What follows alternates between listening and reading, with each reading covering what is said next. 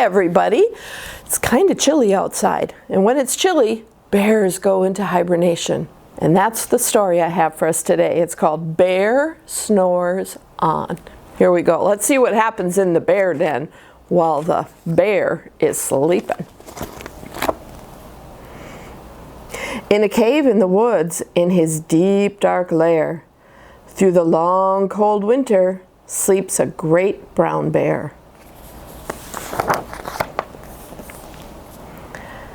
Cuddled in a heap with his eyes shut tight, he sleeps through the day and he sleeps through the night.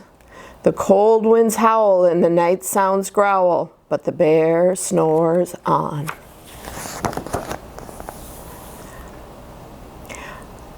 An itty-bitty mouse, pitter-pat, tippy-toe, creepy crawls in the cave from the fluff cold snow. Mouse squeaks, too damp, too dank, too dark, so he lights wee twigs with a small hot spark.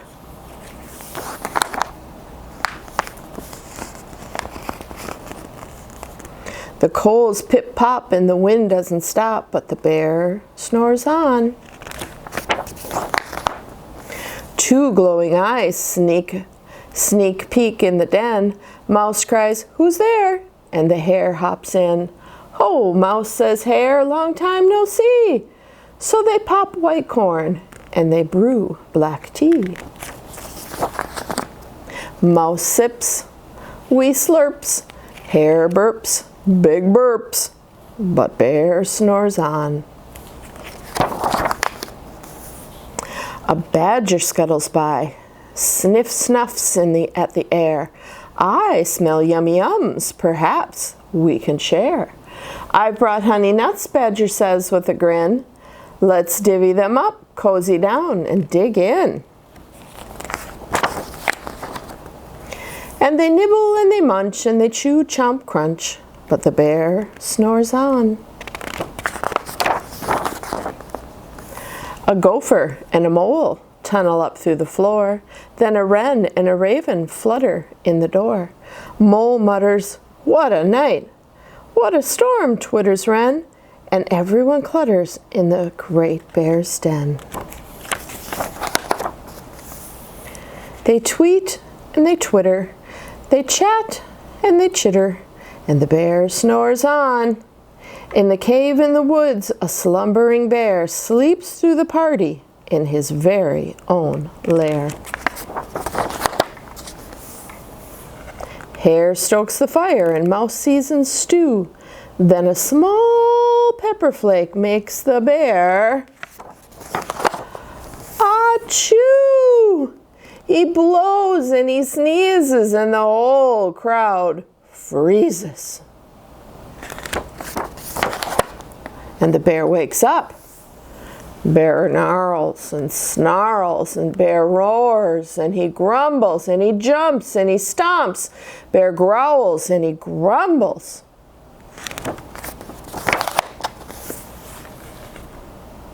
"You snuck in my lair, and you've all had fun, but me, I was sleeping, and I have had none." And he whimpers, and he moans, and he wails, and he groans, and the bear blubbers on. Mouse squeaks, "Don't fret, don't fuss, look, see, we can pop more corn, we can brew more tea." Bear gulps and bear gobbles, he sighs with delight. Then he spins tall tales through the blustery night. And when the sun peeks up on a crisp, clear dawn, Bear can't sleep, but his friends snore on. What a fun book. A book about friends. Bear snores on. All right, my second story for you today is one of my favorites. Today is the first day of Advent, which means we are starting to wait for Christmas to come. And this is a book about 3 trees who have a dream. Let's see what it says.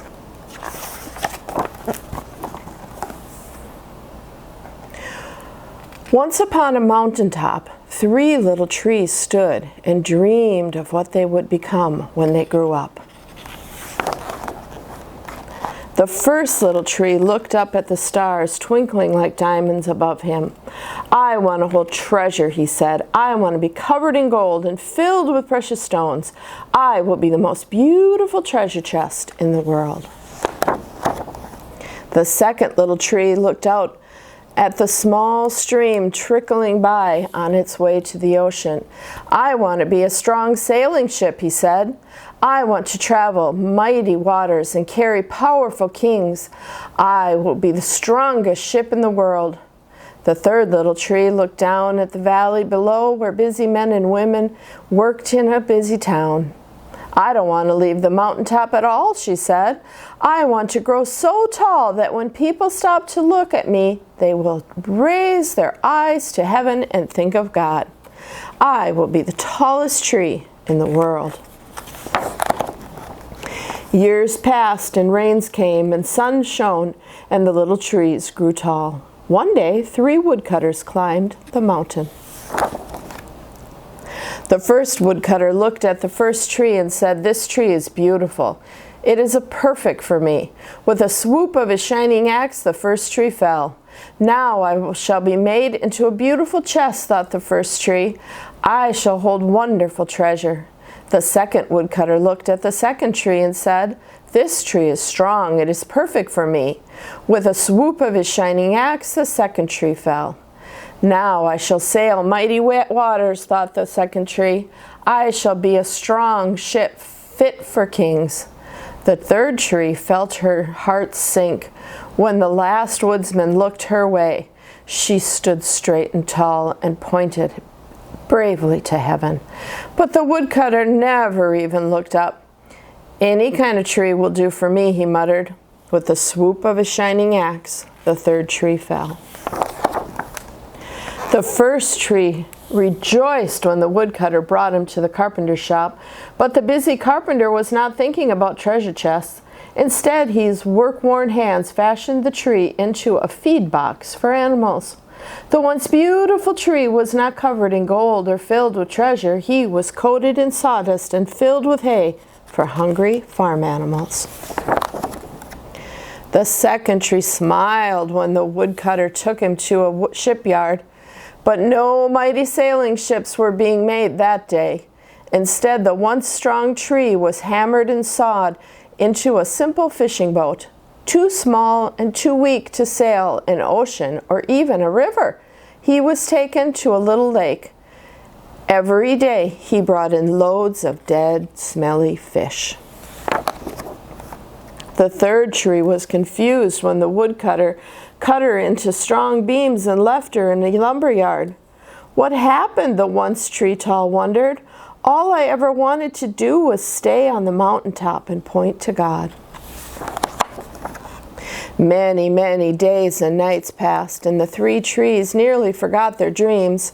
But one night, golden starlight poured over the first tree as a young woman placed her newborn baby in the feed box. "I wish I could make a cradle for him," whispered her husband. The mother squeezed his hand and smiled as the starlight shone on the smooth and sturdy wood. "This manger is beautiful," she said. And suddenly the first tree knew that he was holding the greatest treasure in the world. One evening, a tired traveler and his friends crowded into the old fishing boat. The traveler fell asleep as the second tree quietly sailed out onto the lake. Soon a thundering and thrashing storm arose. The little tree shuddered. He knew he did not have the strength to carry this many passengers safely through the wind and rain.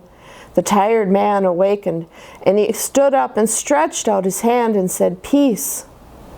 The storm stopped as quickly as it had begun, and suddenly the second tree knew he was carrying the King of heaven and earth.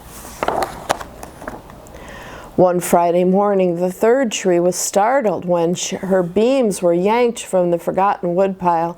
She flinched as she was carried through an angry, jeering crowd. She shuddered when a soldiers nailed a man's hands to her. She felt ugly and harsh and cruel.